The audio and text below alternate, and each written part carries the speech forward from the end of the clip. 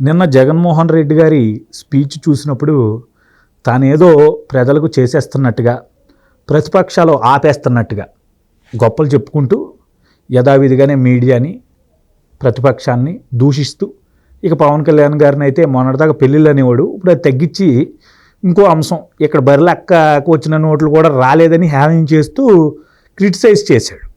అసలు పోటీ చేయకుండా పారిపోయినాడు అవి క్రిటిసైజ్ చేసినాడు అసలు తెలంగాణలో. సో ఎలా చూడాలండి ఓవరాల్గా జగన్మోహన్ రెడ్డి గారు ఒక రకంగా గాంభీర్యాన్ని ప్రదర్శిస్తున్నారు, కానీ అది చూడడానికి అది గాంభీర్యంలా కనిపించట్లేదు. మీ అభిప్రాయం ఏంటి? ఆయన చెప్పినట్టుగానే నిజంగానే ప్రతిపక్షాలు పాపం ఆయన చేస్తున్న మంచిని తొక్కేసే అంటారా?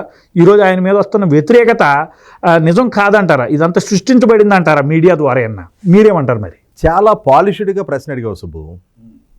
ఆయన నిన్న ప్రసంగం అంతా కూడా ఆయన చాలా అద్భుతమైన, అమోఘమైన, బ్రహ్మాండమైన పరిపాలన అందిస్తుంటే దాన్ని చూసి ఉక్రోషంతో, ఉడుకుమోతనంతో ప్రతిపక్షాల వాళ్ళు ఏడుస్తున్నారు అని చెప్పని, ఏడుపు ఏడుపు ఏడుపు అని చెప్పని ఒక 50 సార్లు ప్రస్తావించాడు ఆయన. ఆయన ఏమేం పథకాలు అమలుపరుస్తూ ఉన్నాడు, దానివల్ల ప్రజలకు ఏం లబ్ధి చేకూరుతూ ఉంది, దాన్ని చూసి ప్రతిపక్షాలు ఏడుస్తున్నాయి అని చెప్పని. అంటే జగన్మోహన్ రెడ్డి గారు గత కొన్నాళ్ల పాటు ఎప్పుడైతే 2022 మార్చి 14 పార్టీ ఆవిర్భావ దినోత్సవ వేదిక నుంచి పవన్ కళ్యాణ్ గారు రాబోయే 2024 ఎన్నికల్లో ప్రతిపక్షాల మధ్య ప్రభుత్వ వ్యతిరేక ఓటు చీలనివ్వను అని చెప్పని ప్రకటన చేశారు. అక్కడి నుంచి జగన్మోహన్ రెడ్డి గారిలో ఈ ఏడుపు మొదలైంది. లిటరల్గా ఏడిపే.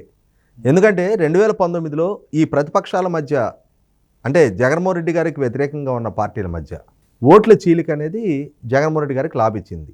ఒక రకంగా మాట్లాడుకుంటే ప్రభుత్వ వ్యతిరేక ఓటు, తెలుగుదేశం పార్టీ ప్రభుత్వానికి వ్యతిరేకంగా ఉన్న ఓటు జగన్మోహన్ రెడ్డి గారికి అనుకూలంగా కన్సాలిడేట్ అయింది.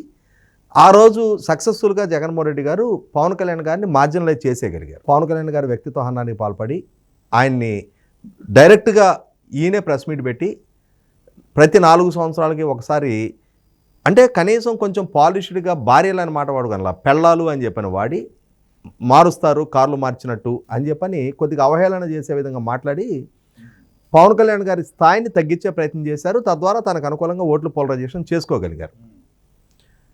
ఇదే ఒరవడి కొనసాగిస్తా ఇప్పుడు కూడా ఏంటంటే ఆయన ఎప్పుడైతే ఈనాడు ప్రభుత్వ వ్యతిరేక ఓటు చీలకుండా ఈ ప్రతిపక్షాల మధ్య ఐక్యత తీసుకు అడుగులు పడుతున్న సమాచారం ఆయనకు అందిందో అక్కడి నుంచి మొదలుపెట్టి చంద్రబాబు నాయుడు గారిని, మీడియా సంస్థలని దుష్టచతుష్టయం అని చెప్పని, పవన్ కళ్యాణ్ గారిని దత్తపుత్రుడు అని చెప్పని, ఆ దత్తపుత్రుడి దగ్గర నుంచి ప్యాకేజ్ స్టార్ అని, ఆ ప్యాకేజ్ స్టార్ కూడా నిన్న ప్రసంగంలో నువ్వు పెళ్లిళ్ళ ప్రస్తావన తేలేదంటున్నావు, నిన్న ప్రసంగంలో కూడా మ్యారేజ్ స్టార్ అన్నాడు.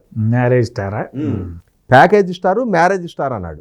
మరి ఈయన కూడా పెళ్లి చేసుకున్నాడు అనుకుంటున్నాను నేను. జగన్మోహన్ రెడ్డి గారు కూడా పెళ్లి చేసుకున్నాడని అనుకుంటున్నాను నేను. ఆయన కూడా మ్యారేజ్ చేసుకున్నాడని అనుకుంటున్నాను. మరి చేసుకున్నాడో లేదో ఆయన చెప్పాలి. ఇప్పుడు పవన్ కళ్యాణ్ గారు చట్టబద్ధంగా వివాహం చేసుకున్నాడు.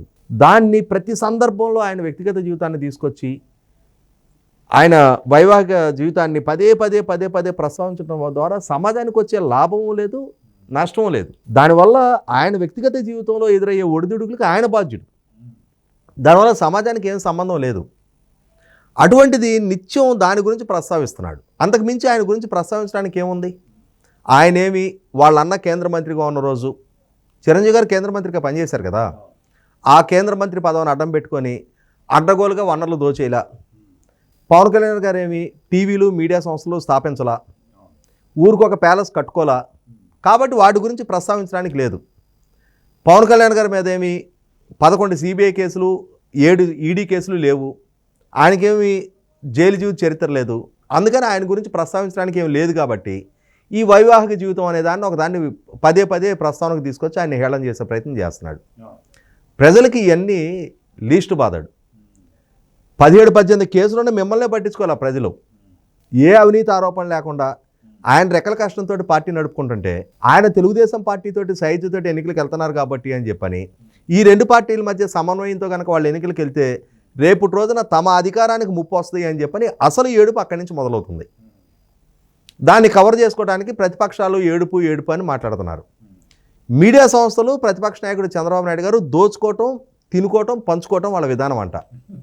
అంటే ప్రతిపక్షంలో ఉన్నాళ్ళు మీడియా సంస్థలు ఏ రకంగా దోచుకుంటే నాకు అర్థం కావట్లా. అధికారంలో ఉన్నాళ్ళు ఏదైనా దోచుకున్నారంటే అర్థం ఉంది. అధికారంలో ఉన్నాళ్ళు వీళ్ళేమో ఆచార వినోబా భావేలు, ప్రజల కోసం ఆస్తులన్నీ పంచిపెట్టిన వాళ్ళు. ఎప్పుడైనా సరే ఏ ప్రకృతి వైపరీత్యం సంభవించిన సందర్భంగానైనా సరే తెలుగుదేశం పార్టీ ఎన్టీఆర్ ట్రస్ట్ తరఫున సేవా కార్యక్రమాలు చేసిన చరిత్ర ఉంది. చాలా సేవా కార్యక్రమాలు వాళ్ళు చేసిన నేపథ్యం ఉంది. ఆఖరికి దేవాంశు పుట్టినరోజు సందర్భంగా కూడా టీటీడీ వెంగమాంబ అన్నదాన ట్రస్ట్కి ఆ రోజు భోజనం ఖర్చు మొత్తం తెలుగుదేశం అధినేత చంద్రబాబు నాయుడు గారు కుటుంబం స్పాన్సర్ చేసి ఆ రోజు భోజనాలు మొత్తం వాళ్ళ చేతి మీదుగా పెడతారు. విపత్తప్పుడు హెరిటేజ్ ద్వారా కూడా ఇక అది అంతే లేదు. ఎన్టీఆర్ ట్రస్ట్ ద్వారా చేసే సేవా కార్యక్రమాలు ఈ రోజుకి చేస్తున్న బసవతారక క్యాన్సర్ హాస్పిటల్, కార్యకర్తల పిల్లలకి కోసం స్కూళ్ళు నిర్వహణ, బ్లడ్ బ్యాంకులు, ఇవైతే అసలు అంతే లేదు. కానీ ఎక్కడన్నా సరే జగన్మోహన్ రెడ్డి గారి కుటుంబం తరఫున ఒక మంచినీళ్ళ చలివేంద్రం పెట్టిన వార్త ఎక్కడ చూసావు నువ్వు? ఎండాకాలం పులివెందుల్లో దప్పికతోటి ఉన్న ప్రజలకి వాళ్ళ కుటుంబం స్పాన్సర్ చేసి ఎక్కడన్నా ఒక చలివేంద్రం ద్వారా 4 మంచినీళ్ళ గ్లాసులు ఇచ్చిన నేపథ్యం చూసావా? వీళ్ళు బయటకు వచ్చేసి దోచుకోవటం, పంచుకోవటం, తినుకోవటం అని చెప్పని వాళ్ళని విమర్శ చేస్తూ ఉంటారు. ఇక్కడ జగన్మోహన్ రెడ్డి గారు నిన్న ఆయన ప్రభుత్వ హయాంలో అమలు జరుగుతున్న సంక్షేమ పథకాలు ఒక్కొక్కటి ఉదాహరిస్తా, నేను ఇది అమలుపరిచినందుకు వాళ్ళకి ఏడుపు, నేను ఇది లబ్ధి చేకూర్చినందుకు వీళ్ళకి ఏడుపు అని చెప్పని ప్రస్తావిస్తున్నారు. ఇక్కడ మనం కూడా కొన్ని అంశాలు మాట్లాడుకుందాం. నిజంగానే జగన్మోహన్ రెడ్డి గారికి ఎవరిది ఏడుపు ఆయన కూడా ఉదాహరించి చెప్పాల్సిన అవసరం ఉంది. ఆయన ప్రతిపక్ష నాయకుడిగా ఉన్న రోజున విభజన జరిగిన రాష్ట్రం, 13 జిల్లాల రాష్ట్రంలో ప్రాంతీయ అసమానతలు చెలరేకుండా ఉండటం కోసం మీరు ప్రతిపాదించిన ఈ రాజధానిని సమర్థిస్తున్నా అని చెప్పిన అసెంబ్లీలో తీర్మానానికి మద్దతు ప్రకటించిన జగన్మోహన్ రెడ్డి గారు అమరావతి రాజధాని నిర్మాణ శంకుస్థాపనకి ఎందుకు రాలేదు? రాష్ట్రం మొత్తం ఒక పండగ వాతావరణంలో, విభజన జరిగిన రాష్ట్రం, రాజధాని లేని రాష్ట్రం, గ్రామీణ నేపథ్యం రాష్ట్రం, పారిశ్రామికీకరణ లేని రాష్ట్రం, విద్యా వైద్య ఉపాధికి పక్క రాష్ట్రాల మీద వలసలు వెళ్తున్న రాష్ట్రం, అటువంటి రాష్ట్రంలో ఒక సమగ్ర రాజధాని నిర్మాణం కోసం ప్రతి గ్రామం నుంచి, ప్రతి ఆలయం నుంచి, ప్రతి చర్చి నుంచి, ప్రతి మసీదు నుంచి పూజలు చేసి అక్కడ పవిత్ర మట్టి, పవిత్ర జలాలు తీసుకొచ్చి ఈ ప్రాంతంలో ఒక పండగ వాతావరణంలో ప్రధానమంత్రి గారిని ఆహ్వానించి ఒక పండగ వాతావరణంలో రాజధాని శంకుస్థాపన జరుగుతుంటే ప్రధాన ప్రతిపక్ష నాయకుడిగా ఎందుకు హాజరు కాల? అటువంటి పండగ వాతావరణం చూస్తే ఆయనకి ఏడుపు వచ్చి రాలేదా? ఎవరిది ఏడుపు? రాష్ట్ర ప్రజలందరూ సంతోషపడతా ఉన్న సందర్భంలో ఆయన ఎందుకు హాజరు కాల? ఇందాక నేను ప్రస్తావించిన పారిశ్రామికీకరణ లేని రాష్ట్రం అన్నా కదా, రాష్ట్రంలో పారిశ్రామికీకరణ పెంచడం కోసం సిఐఏ కన్వెన్షన్స్ ఏర్పాటు చేస్తే విశాఖపట్నంలో, ఆ సిఐఏ కన్వెన్షన్ జరుగుతున్న సందర్భంగా అక్కడ అలజడి సృష్టించడం కోసం ఎవరో ఏ ఆర్గనైజేషన్ కూడా దానికి గుర్తింపు లేదు.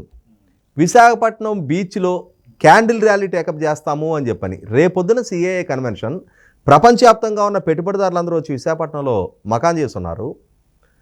బాధ్యత కలిగిన ప్రతిపక్ష నాయకుడు అక్కడ ఆ యాంబియన్స్ చెడగొట్టే ప్రయత్నం చేయొచ్చా? మీ పార్టీ ఇచ్చిన పిలుపు కాదు, మీరిచ్చిన పిలుపు కాదు, ఏ ఆర్గనైజేషన్ కూడా బాధ్యత తీసుకోలే.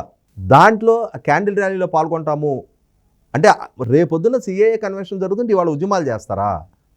అంటే ఏంటి? అక్కడ రాష్ట్రంలో పారిశ్రామికీకరణ జరగకూడదు. పారిశ్రామికీకరణ జరగటం పట్ల ఏడుపు ఎవరిది? ఎవరు వ్యక్తం చేశారు? పేదవాడు 5 రూపాయలకు అన్నం తింటున్నాడు అన్నా క్యాంటీన్లో. అంటే పేదవాడు 5 రూపాయలకి అన్నం తినే దాన్ని కూడా ఓర్చుకోలేకుండా దాన్ని రద్దు చేసిన ఏడుపు ఎవరిది? ప్రతిపక్ష నాయకుడుగా చంద్రబాబు నాయుడు గారు తనను కలవడానికి వచ్చే ప్రజలతో కలవటం కోసం ఆ ప్రజావేదిక తనకు హ్యాండ్ ఓవర్ చేయండి అని చెప్పని ప్రభుత్వాన్ని అభ్యర్థిస్తా ప్రధాన ప్రతిపక్ష నాయకుడు హోదాలో ప్రభుత్వానికి ఒక లేఖ రాశారు. ప్రతిపక్ష నాయకుడికి ఇటువంటి వేదిక అవసరమా అని చెప్పని ఏడుపుతోటి దాన్ని కూలగొట్టించింది ఎవరు? అంటే రాష్ట్ర నిర్మాణ రంగానికి కీలకంగా ఉన్న ఇసుకని గత ప్రభుత్వం ఉచితంగా అందిస్తుంటే ఉచితంగా ఇసుక అందుతుందా అని చెప్పని ఏడుపుతోటి ఆ ఇసుక పాలసీని రద్దు చేసింది ఎవరు? ఇవాళ జగన్మోహన్ రెడ్డి గారు తన సంక్షేమ పథకాల లిస్టు చదువుతూ ఉన్నారు కదా, ఆయన ఆ ప్రభుత్వ హయాంలో ఎస్సీ సప్లాన్ ఫండ్స్ సక్రమంగా సకాలంలో అందిస్తే, ఎస్సీ సప్లాన్ ఫండ్స్ అందిస్తే ఎస్సీ కాలనీల్లో రోడ్ ఇన్ఫ్రాస్ట్రక్చరు, డ్రైన్ లాంటి సౌకర్యాలు బ్రహ్మాండంగా అభివృద్ధి చెందుతున్నాయి అని చెప్పని ఏడుపుతోటి ఎస్సీ సప్లాన్ని 4.5 సంవత్సరాలుగా ₹1 ఖర్చు పెట్టని ముఖ్యమంత్రి ఎవరు? ఎవరిది ఏడుపు? ఇవాళ గత ప్రభుత్వాల హయాంలో వివిధ కుల కార్పొరేషన్ ద్వారా స్వయం శక్తితోటి సెల్ఫ్ ఎంప్లాయ్మెంట్ కోసం అని చెప్పని సొంత కాళ్ళ మీద నిలబడగలిగే యువతని ప్రోత్సహించడం కోసం సబ్సిడీ రుణాలు ఇచ్చారు. SC corporation, BC corporation, ST corporation, minority corporation, Christian minority corporation, Vaishya corporation, Brahman corporation, Kapu corporation ద్వారా ఒక క్రమం తప్పకుండా క్రెడిట్ క్యాంపులు కండక్ట్ చేశారు. 60% ప్రభుత్వం సబ్సిడీతోటి సెల్ఫ్ ఎంప్లాయ్మెంట్కి లోన్స్ ఇచ్చారు. అసలు ఈ 4.5 సంవత్సరాలుగా వాళ్ళ సొంత కాళ్ళ మీద వాళ్ళు నిలబడతారా అని చెప్పని ఏడుపుతోటి ఆ క్రెడిట్ క్యాంపులే కండక్ట్ చేయింది ఎవరు? దుర్భిక్ష రాయలసీమ ప్రాంతంలో గత ప్రభుత్వ హయాంలో అక్కడ కొద్దిపాటి నీటి వనరులను సద్వినియోగపరచుకోవాలి అని చెప్పని, తద్వారా హార్టికల్చర్ అభివృద్ధి చెందితే వలసలు లేని ఉపాధి అక్కడ రైతాంగానికి దక్కుద్ది అని చెప్పని 90% సబ్సిడీతోటి డ్రిప్ పరికరాలు ఇస్తే ఆ 90% సబ్సిడీని 4.5 సంవత్సరాలుగా అమలుపరచని ఆ రైతాంగానికి అటువంటి ప్రయోజనాలు వాళ్ళు హార్టికల్చర్ తోటి వాళ్ళ సొంతకాల మీద వాళ్ళు నిలబడతారా? వాళ్ళు ఆర్థికంగా అభివృద్ధి చెందుతారా? అట్లా అభివృద్ధి చెందితే మా ఫ్యాక్షన్ నేపథ్యం ఏమైపోవాలి అని చెప్పని ఏడుపు కొట్టుతనంతో ఆ సబ్సిడీని 4.5 సంవత్సరాలుగా అమలుపరచని పాలకుడెవరు? గత ప్రభుత్వ హయాంలో ఇరిగేషన్ ప్రాజెక్టుల మీద కానీ నీరు చెట్టు మీద కానీ 65,000 కోట్ల రూపాయలు ఖర్చు పెట్టి ఇరిగేషన్ ప్రాజెక్టుల పనులు పరిగెత్తిస్తే ఈ 4.5 సంవత్సరాల కాలంలో కేవలం 22,000 కోట్లు మాత్రమే ఖర్చు పెట్టి రాష్ట్ర రైతాంగానికి ఇరిగేషన్ సౌకర్యం ఏర్పడుద్దా అని చెప్పని ఏడుపు కొట్టుతనంతో ఇరిగేషన్ రంగాన్ని కుంటుపరిచింది ఎవరు? రాష్ట్ర వ్యాప్తంగా 198 ప్రాజెక్టులని రద్దు చేసింది ఎవరు? ముఖ్యంగా 52 స్థానాలున్న రాయలసీమలో 49 స్థానాలు ఆయనకే కట్టబెడితే ఆ రాయలసీమ ప్రాంతానికి సంబంధించిన 102 ప్రాజెక్టులను రద్దు చేసింది ఎవరు? ఎవరిది ఏడుపు కొట్టుతనం? అసలు ముఖ్యంగా రాయలసీమ ప్రాంతంలో గత ప్రభుత్వ హయాంలో 12,000 కోట్ల రూపాయలు ఒక్క రాయలసీమ ప్రాంత ఇరిగేషన్ ప్రాజెక్టుల మీద ఖర్చు పెడితే ఈయన హయాంలో 2,000 కోట్లు మాత్రమే ఖర్చు పెట్టారు. ఎవరిది ఏడుపు కొట్టుతనం? ఎవరి హయాంలో ప్రజల మీద ఆ ఏడుపు కొట్టుతనం చూపించుకొని వాళ్ళ కనీస మాత్రపు పురోగతి ఇరిగేషన్ రంగంలో లేకుండా చేశారు?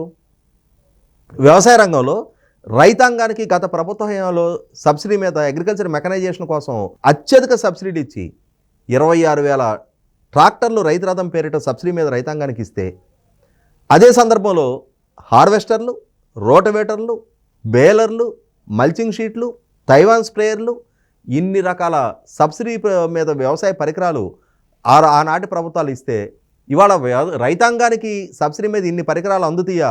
రైతాంగం వీటితోటి స్వయం సమృద్ధి చెందితే ఎట్లా అని చెప్పని ఏడుపు కొట్టుతనంతో ఈ 4.5 సంవత్సరాల కాలంలో రైతాంగానికి అగ్రికల్చర్ సబ్సిడీ ఎత్తేసి అసలు అగ్రికల్చర్ మెకనైజేషన్ తీసుకు అడుగులేయని పాలకులు ఎవరు?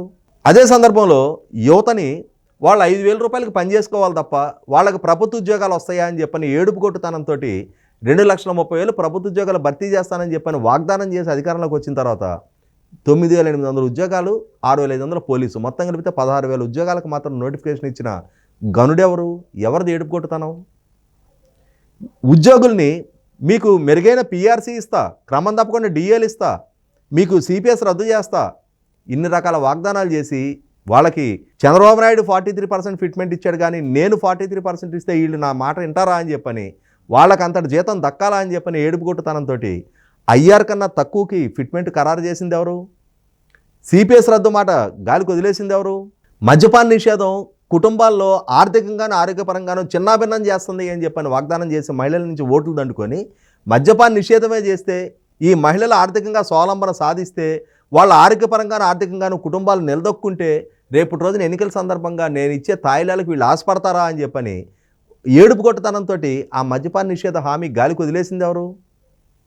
జగన్మోహన్ రెడ్డి గారు నిత్యం ఏ ప్రభుత్వం అయినా అమలుపరుస్తోన్న సంక్షేమ పథకాలని చూపించి ఆ సంక్షేమ పథకాలు అమలుపరచడమే చాలా ఘనకార్యం అని చెప్పని దాని ద్వారా ప్రజలు ప్రతిపక్ష పార్టీలు ఏడుస్తున్నారని చెప్పని నిందిస్తూ ఉన్నారు కదా. ఇవాళ నేను ప్రస్తావించిన ఇట్లాంటి ఇంకొక 100 అంశాలు చెప్పొచ్చు.